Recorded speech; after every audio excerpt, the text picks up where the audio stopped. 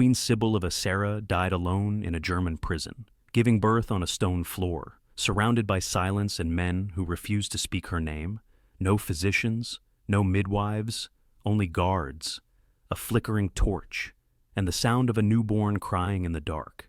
They say she passed from exhaustion. Others insist she was strangled before the child could take its second breath. The cause of death was never written down. Neither was the child's name. Sibyl had once worn a crown forged in fear. She was not born royal, only noble, but when Sicily's legitimate king died childless, and the nobles feared their lands falling under German rule, they crowned her husband, Tancred of Lecce, a man born out of wedlock. It was a desperate gamble, and Sibyl, with sharp mind and colder instinct, made that gamble work, if only for a time. She governed beside him, not behind. She imprisoned the emperor's wife. She defied papal commands. She outmaneuvered threats no man could tame. And when Tancred died, leaving her pregnant and her son too young to rule, she stood alone between her family and the wrath of the Holy Roman Empire. The emperor promised safety if she surrendered the crown. She did. He broke his word. Her brother was executed, her boy, William III, was blinded and castrated, her daughters taken. Sibyl was dragged in chains to the north because the empire understood a woman who once ruled without permission, who had dared to hold power in her own hands, must never be allowed to give birth to a future. And yet, centuries later, her story still refuses to vanish, not because history remembered her, but because silence never could. Thank you for joining me. If you're watching this from New York, Florida, Seattle, or anywhere in the world, I'm truly grateful to share this space with you. Stories like this carry weight, but sometimes it's the weight that teaches us the shape of truth. Wherever you are, whatever time it is, may your day be gentle, and the world just a little softer than yesterday. Before she was a queen, Sibyl of Asera was just a name in the shadow of a crumbling dynasty. Born around 1165 into a noble southern Italian family, her early years passed in the periphery of power, in a world where the court was a game board and women were rarely players. Asera lay in the volatile lands of the Kingdom of Sicily, a vast Mediterranean realm stretching across the southern half of Italy, ruled by the Normans, yet layered with Arab, Byzantine, and Latin influences. It was a kingdom built on contradiction, opulence, and instability, wealth and fragility, and for those born to noble blood but without royal lineage, it was a kingdom best survived by staying quiet. But Sibyl did not marry quietly. Her union with Tancred of Lecce was anything but conventional. He was the illegitimate son of a minor prince, a man whose bloodline excluded him from the royal succession. And yet, in this kingdom that thrived on exceptions, Tancred made himself indispensable, skilled in warfare, bold in politics, and fiercely independent. He was respected, if not entirely trusted, by those in power. For Sibyl, marriage to Tancred was not just a matter of title. It was alignment with a man whose ambitions far exceeded his birthright. A gamble, yes, but perhaps the only one that offered her any foothold into the corridors of real influence. The tides of fortune shifted violently in 1189. King William II of Sicily died without an heir, by blood and by treaty. The crown was to pass to Constance of Hauteville, William's cousin and the last surviving legitimate heir of the Norman line.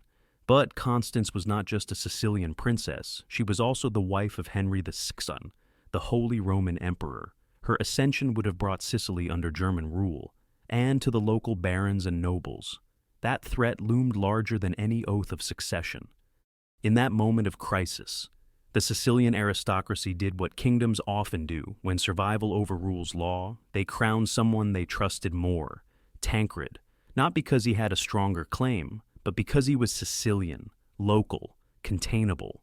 The blood of Roger the Sioux, though illegitimate, still flowed in his veins, and with that crown, Sibyl became queen. But it was not a coronation celebrated in peace. It was a decision made in fear. A political wildfire lit to keep a foreign empire at bay, and Sibyl stepped into the fire without hesitation. She was not the kind of queen who sat quietly behind a throne. She moved beside it, sometimes ahead of it. Her intelligence was sharp, and her understanding of court dynamics even sharper. She had lived in noble circles long enough to know that favor was fleeting, and that every whisper could be a weapon. Unlike queens who faded into the silk and shadow of their husband's rule, Sibyl listened, calculated, acted. As Tancred took the throne, she began the real work fortifying alliances, securing loyalties, and preparing for the retaliation they both knew was inevitable. Because Henry VI would not forget what had been taken from him. Sibyl had not stolen the empire's crown, but she had become the face of the regime that stood in its way. And as Queen of Sicily, she did more than watch. She ruled with urgency, aware that their kingdom's very existence was a countdown. She understood what it meant to be tolerated by allies and targeted by enemies. She knew, too, that her husband's claim would always be questioned and that hers would never be acknowledged unless she carved it herself, inch by inch. Through the fragile web of loyalty and fear, the court in Palermo, once filled with music and scholars, became a place of vigilance. Her presence was constant, her eyes on every letter, every envoy, every shift in alliance. While others underestimated her, she counted them. And when news reached Sicily that Emperor Henry was assembling forces in the north, it was Sibyl, not just Tancred, who began preparing for war. For most queens, childbirth and charity were the extent of public life. For Sibyl, the battlefield was political, and from the moment she became queen, her life was war. The empire did not wait long. By the spring of 1191, Henry VI crossed into Italy with an army hardened by years of conquest, and a single, unshakable intent to claim the crown of Sicily in the name of his wife, Constance. Unlike Tancred, Constance held unimpeachable legitimacy. She was the daughter of Roger II, sister of William the Sparspaisen and aunt of the recently deceased William the Feta. Her right to rule had been sealed by blood and by oath. But in Sicily, legitimacy was no longer enough. The people had already chosen another king, and waiting behind that king stood Sibyl. Henry's forces descended through the peninsula, capturing key cities and allies with precision. His campaign was swift and methodical, but when his army reached the gates of Naples, it stalled. Disease spread in the summer heat, supplies dwindled, and the siege dragged on far longer than the emperor had planned. What should have been a triumphant march to Palermo became a costly deadlock. And then, in the chaos of retreat, the unthinkable happened. Constance, the empress herself, was left behind, captured by Tancred's forces. She was transported to Palermo not as a guest, not even as a prisoner of war, but as a living guarantee that Sicily would not be taken without a price. Sibyl did not hesitate. From the moment Constance arrived, she took personal charge of her detainment. The palace that once echoed with diplomacy and display was now a fortress. Every hour, guards were rotated. Every word spoken in Constance's presence was documented. Sibyl did not merely fear escape. She feared the political consequences of releasing a woman whose claim to the crown eclipsed her husband's. The empress was not simply a prisoner. She was the sword hanging over their heads. Rumors surged across Europe that the empress was being tortured, that she was poisoned, that Sibyl ordered her confined in a convent surrounded by wolves. But the truth was quieter, colder. Constance was held with care, but never with warmth. Her quarters were neither gilded nor grim, just carefully watched. No window left unbarred, no corridor unguarded. For Sibyl, kindness was a risk she could not afford. Pressure mounted from the papacy. Pope Celestine III demanded Constance's release, citing Christian duty and noble precedent. To imprison an anointed empress was sacrilege, but Sibyl stood firm. She believed, perhaps rightly, that releasing Constance would be the same as signing her own family's death warrant. In her eyes, every papal envoy was a dressed-up executioner, every scroll a disguised threat. Diplomacy had turned to theater, and Sibyl played her part with unwavering resolve. It was a moment that would define her legacy not just as a queen, but as a sovereign. In an era when most royal women were used as pawns, Sibyl was writing her own moves, and every decision she made pulled her deeper into the game of imperial bloodlines and merciless kings. Tancred, however, wavered. Though no man ruled without his wife's influence, the burdens of kingship did not weigh evenly. He had risen quickly, and with every passing year, The crown grew heavier on his head, the nobility, once united in panic, now fractured in fear. Some whispered that keeping Constance might invite divine retribution. Others feared Henry's next march would come with no restraint. In the end, Tancred relented, despite Sibyl's objections. He allowed Constance to be released into papal custody, an act he hoped would buy peace. It did not. The Empress was quickly intercepted and liberated by loyal German forces. News of her return to Imperial arms spread like wildfire in every hall of power from Rome to Aachen. It was understood Sicily's gamble had failed. Sibyl, watching from the palace walls, would have known before the letters arrived. Her instincts, honed by years of court survival, needed no confirmation. The game was no longer about politics. It was war, and it would come not as a siege, but as a reckoning. Still, she did not break. If anything, her resolve hardened. She withdrew no deeper into silence. Instead, she braced herself, in court. She kept her counsel tight and her posture unyielding. If Tancred's authority had cracks, Sibyl sealed them with presence in times of uncertainty. Her clarity became the axis around which the court turned. But even clarity cannot hold chaos at bay forever. In 1194, just 3 years after Henry's failed campaign, Tancred fell ill and died suddenly. Without warning, the man who had gambled for a kingdom was gone, and in his place, Sibyl was left to defend their legacy, now pregnant once more and surrounded by vultures. Their son, William III, was only a boy. The crown rested on a child's head, and the realm trembled under it. Nobles whispered, allies turned, and in the north, Henry prepared to march again this time, with vengeance, not ambition. The walls were closing in, but Sibyl had never been more visible. Tancred's death unraveled everything. In the winter of 1194, he succumbed to fever after weeks of decline, leaving no instruction, no lasting plan, only a crown and a child too young to wear it. His death turned a fragile kingdom into open prey, and in the center of it all stood Sibyl, once queen by marriage, now regent by necessity, heavy with another child, and surrounded by a court that had lost its spine. William III, her eldest son, was barely old enough to read royal documents, much less command the loyalty of generals or outmaneuver the nobles who had once pledged themselves to his father out of fear, not love. Without Tancred, there was no glue holding their loyalties in place, and as the news of Tancred's death spread beyond Sicily, it carried an unmistakable message across Europe: the island was vulnerable again. Henry VI had never forgotten the humiliation of losing his wife to captivity, nor the insult of a bastard king wearing a crown meant for his empire. With Constance safely back at his side and his hold on the German principalities secure, he raised his banners again. But this time, there would be no siege, no negotiation. He came not as a claimant, but as a conqueror. Sibyl knew this. She read it in the silence of her court, in the absence of messengers who once came daily, in the way some nobles began sending letters northward. She had never needed declarations to know when power was shifting.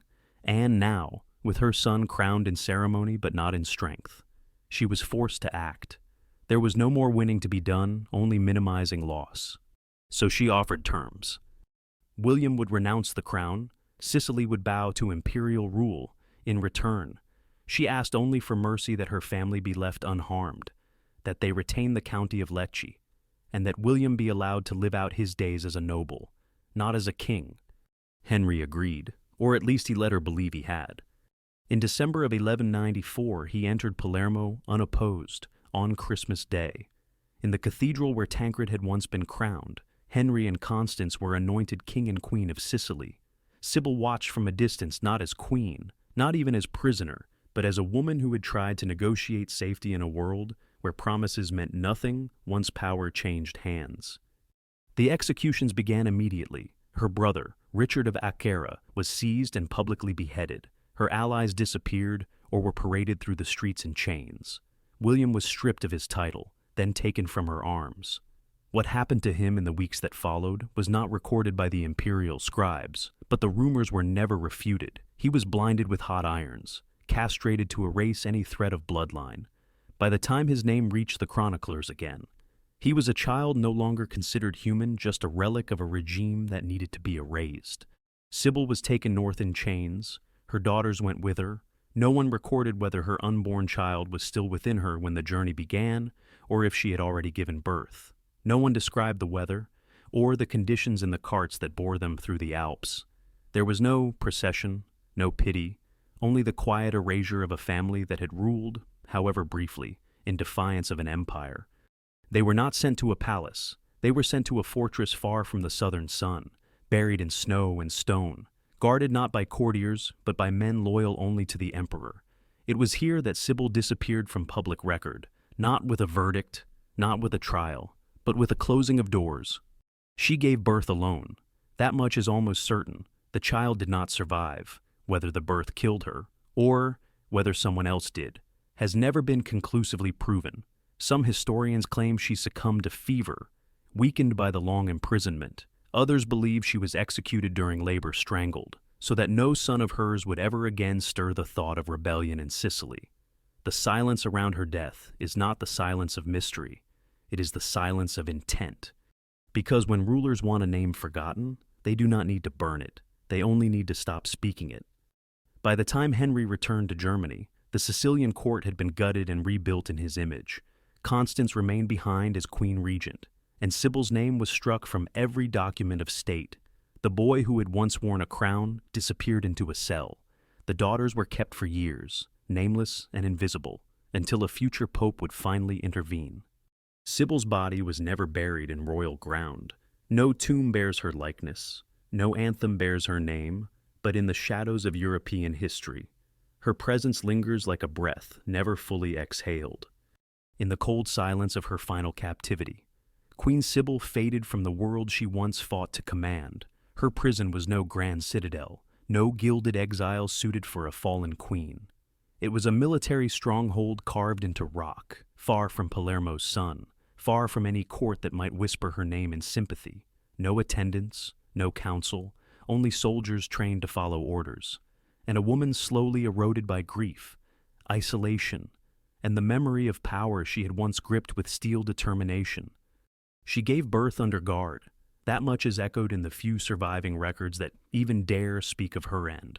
There was no record of a midwife, no court physician dispatched.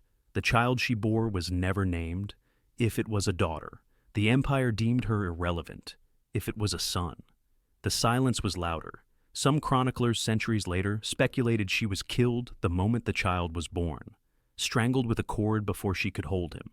The body would have been removed within minutes, buried without ceremony. The child perhaps never even counted among the living. What remains is suggestion, not confirmation. What is certain is that she never left the fortress alive. Some accounts place her death in the spring of 1195. Others leave it vague, as if the calendar itself conspired to forget her. A woman who had once stared down the Holy Roman Empire, who had challenged the Pope, who had ruled in her husband's name and later in her own, was reduced to a footnote in Imperial archives, if that. Her son, William III, outlived her only briefly. Once stripped of his crown, he had been taken into custody not as a noble ward, but as a threat to be neutralized. Blinding a royal child was not unprecedented in the politics of the medieval world, but to do so before his voice had even deepened, to castrate him on top of it, was an act of pure erasure. It sent a message that no bloodline would be allowed to simmer beneath the surface. No restoration would be risked. The boy was turned into a political non-entity. He died in custody by 1198, no longer considered dangerous, only broken. Sibyl's daughters were imprisoned, though less brutally. Their names appear later in Vatican petitions and papal registers, not because they were sought for mercy, but because the Church required formal intervention to release them. Even then, their lives were diminished to fragments. They did not return to Sicily. They married into lesser houses. Their lineage diluted, their history reshaped to avoid uncomfortable questions about what had happened to their mother, their brother, and the house that once dared to rule. Meanwhile, Henry VI continued to rule with the assurance of a man who had eradicated his opposition by force and silence. But empires, like people, carry within them the seeds of their own collapse. just 3 years after he claimed Sicily. Henry died suddenly fever. They said, some claimed it was malaria, others whispered it was divine consequence. He was 31. His wife, Constance, remained in Sicily as regent for their son.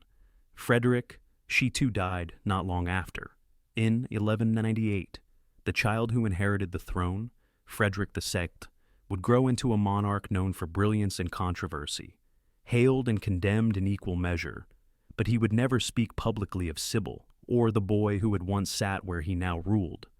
The Kingdom of Sicily, once the glittering prize in a struggle between dynasties, faded into a state of uneasy compliance. The court changed languages, customs, faces. The Normans who had once ruled were now legends, and in the documents that survived, there was no memorial to the woman who had once governed its last native regime. There is no tomb for Sibyl, no statue, no surviving portrait. Even her name exists only in fragments, passed down not through royal lineage but through contradiction, some calling her a usurper, others a tragic heroine, many simply omitting her altogether. Yet there is weight in what is not recorded. The absence of her voice in the scrolls is its own indictment. History does not forget on accident, it forgets with purpose. The cost of her defiance was not just death, it was obliteration, not only of herself, but of her line, her memory, her physical trace in the world. She was not overthrown with armies, but with the quiet, merciless tools of historical power, omission, redaction, silence. And yet, even silence cracks. A few centuries later, in chronicles preserved in monastic libraries across Europe, scribes began to write cautiously about a Sicilian queen whose son had been blinded by imperial command. Some noted that she had resisted Henry's claim longer than any man dared. Others hinted at the child born in prison, the strangled rumor of an infant who had threatened a throne before he had even drawn breath. There were no citations, no confirmations, just shadows and the suggestion that somewhere in the cold space between truth and myth, Sibyl still existed. She survives not because the empire allowed it, but because stories like hers refuse to stay buried. They live in margins, in contradiction, in the sheer discomfort they create when confronted. She did not build a legacy. She became one when Sibyl vanished. The empire did not celebrate. It reorganized. Henry VI returned north, bringing with him the satisfaction of conquest but none of the joy of peace. He had crushed a rival crown, dismantled a line of resistance, and silenced a queen who had, for too long, refused to know her place. But kingdoms do not run on silence alone, and Sicily, bruised and bowed, was not as obedient as he expected. The crown he wore fit awkwardly in the southern sun, the Sicilian court, so long a fusion of Norman, Arab, and Latin cultures, did not yield easily to northern command. The palace he claimed still echoed with languages he did not understand, traditions he could not read, and though the army had marched without resistance, the people carried memory like a wound. Just 3 years after taking the throne, Henry VI died suddenly in Messina. He was 31 years old. Some said it was fever, others said poison. In truth, death came too swiftly to assign cause, and too conveniently to erase suspicion. The empire buried him in Palermo Cathedral, the same place where he had crowned himself king of a land that never truly welcomed him. The stone bore his name. The ground, perhaps, never accepted it. Constance remained behind. She, more than her husband, understood the pulse of Sicilian life. She had been born of it, raised in its halls, and shaped by its contradictions. But even she could not hold it together. 1 year after Henry's death, Constance too died, leaving their son, Frederick, an orphaned emperor at the age of 4. Frederick II would become one of the most remarkable rulers of the medieval world, brilliant, heretical, unpredictable, a child of Sicily, a king of Germany, an emperor of paradoxes. But even as he carved his legend across Europe, he carried no banner of reconciliation for the past. The court that raised him made no mention of the queen who had ruled before his parents. The Sicilian resistance was scrubbed from state memory, and Sibyl, already buried in silence, faded further into the abyss of official forgetting. Yet history, no matter how meticulously redacted, leaves shadows. A letter from a monastery in Salerno speaks of a noblewoman who died giving birth in captivity. Unnamed, but unmistakable. A German account written decades later references a southern queen who defied the eagle and vanished beneath it, in the Vatican archives. A marginal note beside the name William III reads only stripped, blinded, disposed. None of these are admissions, but none are denials either. The brutality that followed Sibyl's fall did not end with her children. It bled outward. The nobles who had supported Tancred were stripped of lands, titles, dignity, Lecce, once a proud seat of local rule, became a border province watched, patrolled, controlled. Churches were re-sanctified, coins were melted and re-stamped. The entire reign of Tancred was officially labeled an interlude, a blip between legitimate monarchs. In the empire's record books, his rule, and by extension, Sibyl's, was treated as illegality corrected, not history endured. But erasure is never perfect. In the markets of Palermo, older merchants still whispered the name of the queen, who had stood unflinching before the emperor. In the hills around Acerra, women told stories of a noble daughter taken by soldiers and never seen again. In Lecce, where once a boy king had been born, his memory remained not as a monarch, but as a question what might have been. If mercy had been real, centuries passed, the kingdom of Sicily fell, rose, fractured, and was absorbed. The Holy Roman Empire collapsed under its own contradictions. But Sibyl's story, fractured, fragmented, disbelieved, survived not through glory, but through discomfort. She was not claimed by any side, not canonized by church nor honored by crown. Her tale remained in limbo, too dangerous to exalt, too haunting to erase. What she left behind was not a dynasty, but a silence with teeth, a reminder that in the hands of those who fear defiance, even childbirth can be turned into execution, and that, sometimes, the most powerful challenge to empire is not rebellion, but memory. Sibyl ruled briefly. She died quietly, but she did not vanish. She endured in the shadows, and the shadows, in time, learned how to speak. She left no mausoleum, no royal crypt, no recorded epitaph.